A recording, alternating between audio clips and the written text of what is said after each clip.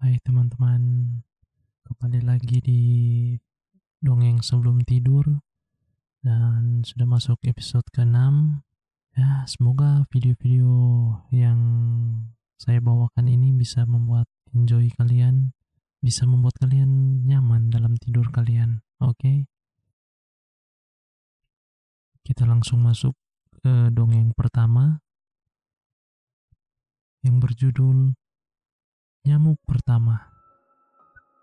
Pada zaman dahulu, hiduplah seorang petani sederhana bersama istrinya yang cantik. Petani itu selalu bekerja keras, tetapi istrinya hanya bersolek dan tidak memperdulikan rumah tangganya. Mereka tinggal di rumah yang sangat sederhana dan hidup dari hasil pertanian, sebagaimana layaknya keluarga petani. Sang istri yang cantik itu tidak puas dengan keadaan mereka. Dia merasa sudah selayaknya jika suaminya berpenghasilan lebih besar supaya dia bisa merawat kecantikannya untuk memenuhi tuntutan istrinya. Petani itu bekerja lebih keras. Namun, sekeras apapun kerja si petani, dia tak mampu memenuhi tuntutan istrinya. Selain minta dibelikan obat-obatan yang dapat menjaga kecantikannya, istrinya juga suka minta dibelikan pakaian yang bagus-bagus, yang tentunya sangat mahal. Bagaimana bisa kelihatan cantik kalau berpakaian buruk? Kata sang istri. Karena hanya sibuk mengurusi penampilan, istri yang cantik itu tidak memperhatikan kesehatannya. Ia jatuh sakit. Sakitnya semakin parah hingga akhirnya meninggal dunia. Suaminya begitu sedih. Sepanjang hari, dia menangisi istrinya yang kini terbujur tanpa daya. Karena tak ingin kehilangan, petani itu tak mau mengubur tubuh istrinya yang amat dicintainya itu. Dia ingin menghidupkan kembali istrinya. Esok harinya, suami yang malang itu menjual semua miliknya dan membeli sebuah sampan. Dengan sampan itu, ia membawa jasad istrinya menyusuri sungai menuju tempat yang diyakini sebagai persemayaman para dewa. Dewa tentu mau menghidupkan kembali istriku, begitu pikirnya. Meskipun tak tahu persis tempat persemayaman para dewa, petani itu terus mengayu sampannya. Dia mengayu dan mengayu, tak kenal lelah. Suatu hari, kabut tebal menghalangi pandangannya, sehingga sampan tersangkut. Ketika kabut menguap, di hadapannya berdiri sebuah gunung yang amat tinggi, yang puncaknya menembus awan. Disinilah tempat tinggal para dewa, pikir petani. Dia lalu mendaki gunung sambil membawa jasad istrinya. Dalam perjalanan, dia bertemu dengan seorang lelaki tua. "Kau pasti dewa penghuni kayangan ini," seru si petani dengan gembira. Dikatakannya, maksud kedatangannya ke tempat itu. Laki-laki tua itu tersenyum. "Sungguh, kau suami yang baik. Tapi apa gunanya menghidupkan kembali istrimu?" tanya lelaki tua itu. "Dia sangat berarti bagiku. Dialah yang membuat aku bersemangat, maka hidupkanlah dia kembali," jawab si petani. Laki-laki tua itu menganggukkan kepalanya. "Baiklah, kalau begitu, akan kuturuti permintaanmu. Sebagai balasan atas kebaikan dan kerja kerasmu selama ini, aku akan memberimu rahasia bagaimana cara menghidupkan kembali istrimu. Tusuk ujung jarimu, lalu percikan 3 tetes darah ke mulutnya.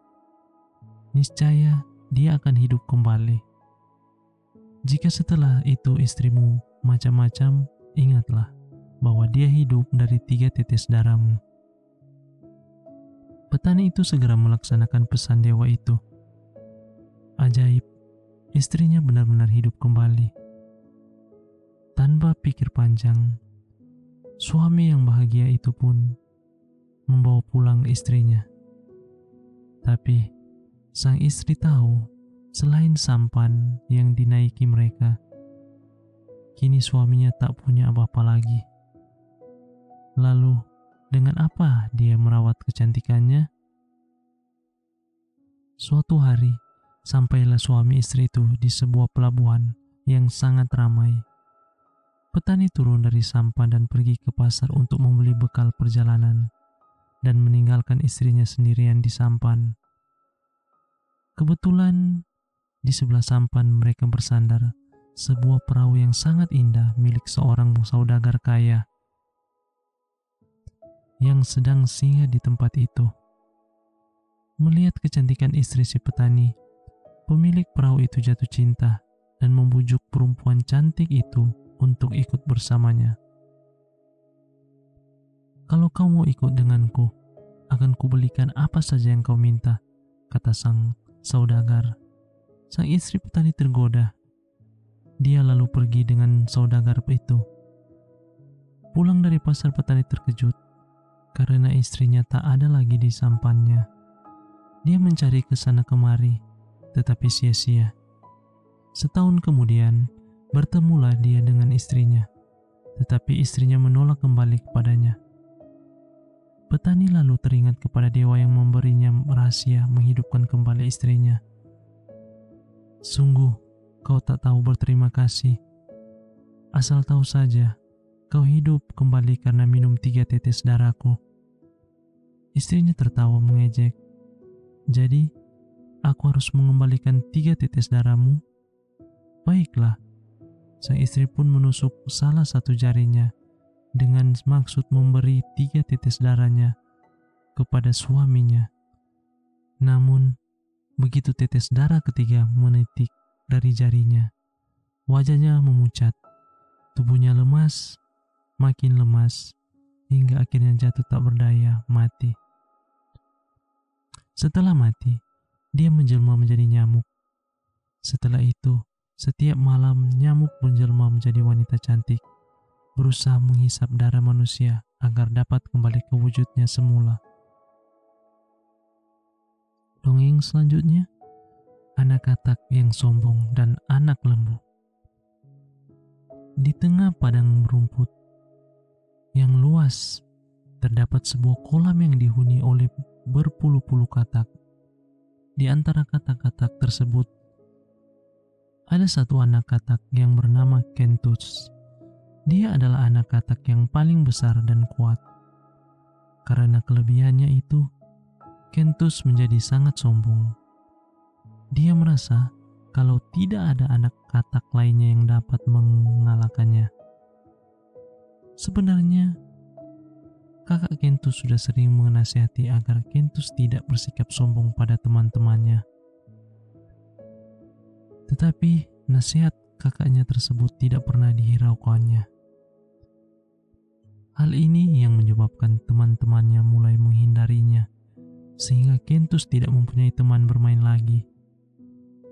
Pada suatu hari, Kentus berlatih melompat di padang rumput. Ketika itu, ada seekor anak lembu yang sedang bermain di situ. Sesekali anak lembu itu mendekati ibunya untuk menyedot susu. Anak lembu itu gembira sekali.